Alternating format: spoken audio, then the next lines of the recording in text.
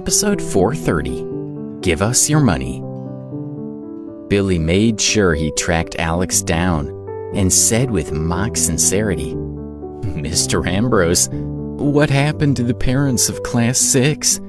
Why didn't everyone come?" He continued, "Are you still hoping that they might come this afternoon instead?" The parents' meetings were usually held in the mornings, so the news had spread throughout the whole school that none of the parents had bothered to turn up to the Class 6 meeting.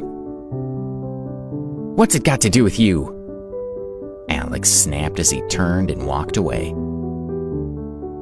Billy looked at Alex's back and roared, "Mr. Ambrose, don't forget the promise that you made to the principal that you would get all the parents to attend the meeting. If you fail to keep your promise, I imagine you'll be sacked on the spot." Billy felt satisfied that he got in the last word. Then his phone rang. It was Leonard, who told him angrily, "Billy, something's going on. Come to the school gate and see for yourself." At that moment, outside the school gate, Leonard was watching several luxury cars, all with personalized number plates, driving one after another into the school grounds.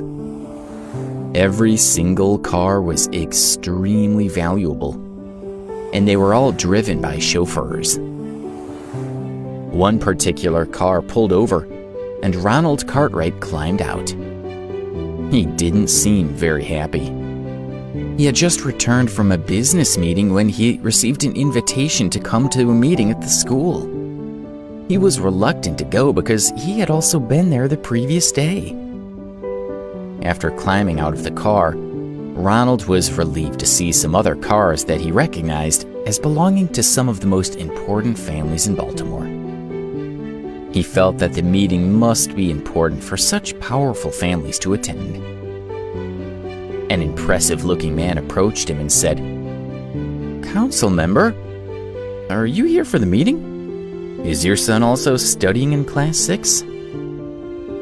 "Hello, Mr. Chapman. You're such a busy man. I didn't expect you to be here. It's wonderful that you could make it. There is something I'd like to talk to you about," Ronald replied. Ronald had heard a lot about Antonio Chapman and had wanted to meet him for a long time. Apparently, the man had made an extraordinary contribution to a certain field of science and technology. The Central District Council were eager to introduce that particular type of technology to their district, and they were hoping that Mr. Chapman might agree to be a sponsor. He had not expected to meet him at the parents' meeting, and he felt that it could be a wonderful opportunity to get him on side. Most of the parents of Class 6 students were high up in one field or another within Baltimore, and they were pleased with the opportunity to meet with other important people.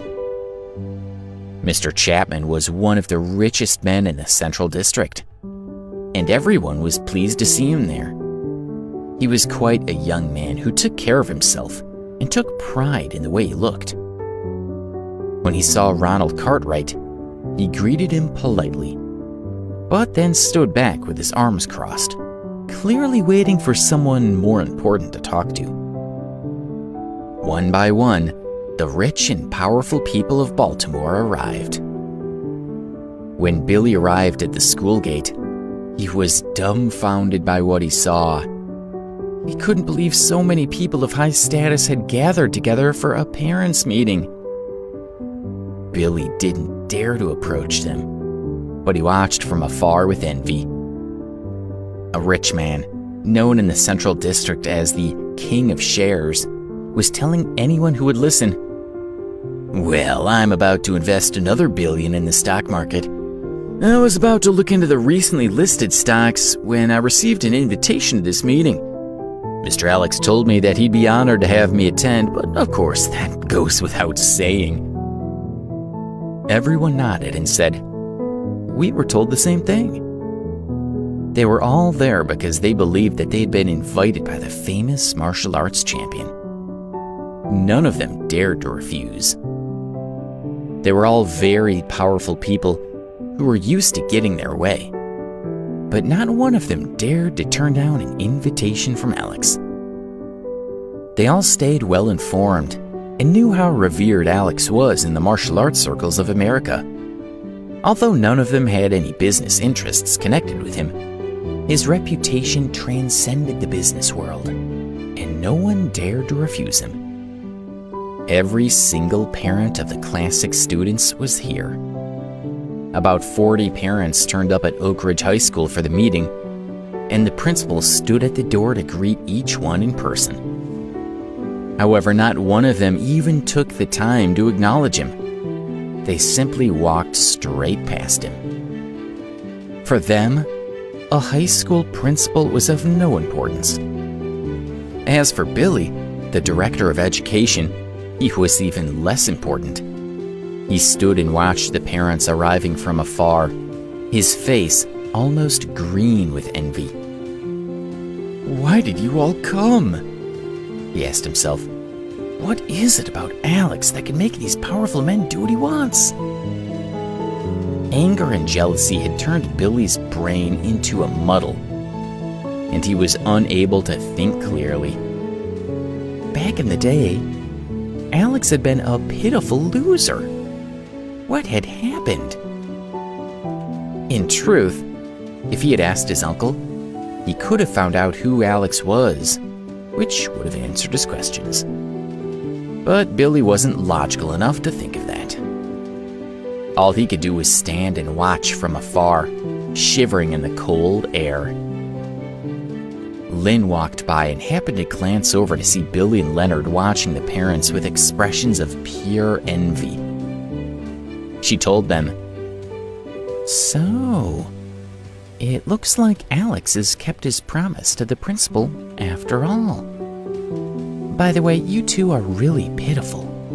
Alex is a better man and a better teacher than either of you." Billy was shocked that Lynn had turned on him with such venom. She was usually so patient and polite. "Lynn?" he started to say. But she interrupted him. "Shut up, Billy. I don't want to hear another word. I really despise the pair of you. You're both complete disgraces to the school and to teaching."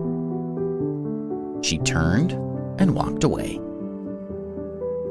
In the conference room, the Class 6 parents' meeting was just starting. It had the most impressive lineup of parents in the history of Oak Ridge High School.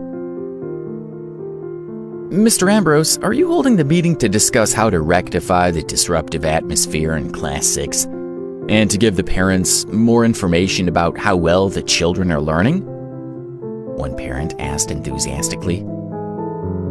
"No," Alex replied.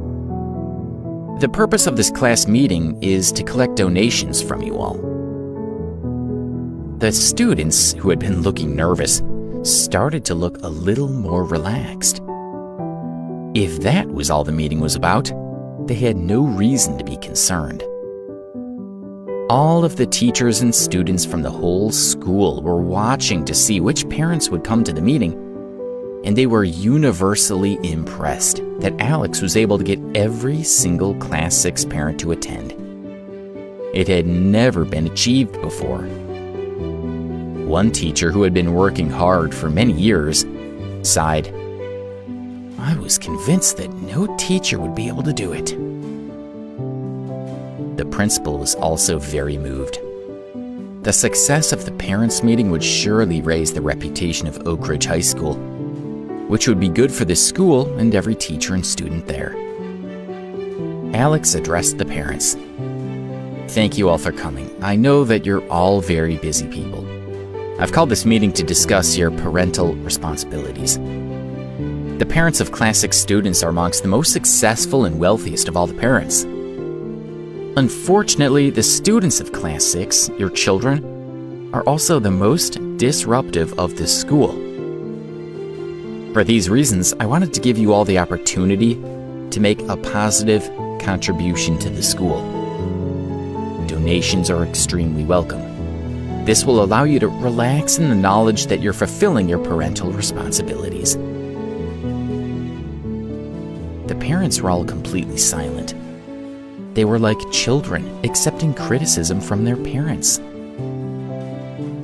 If you fail to fulfill your parental responsibilities, then I'll be forced to take the matter into my own hands. I believe you can all predict what that might entail. Alex didn't hold back. He made it very clear what he thought of the parents and was not afraid to threaten them into making donations to the school to make up for the damage their children had caused. That had been his plan for the parents' meeting all along.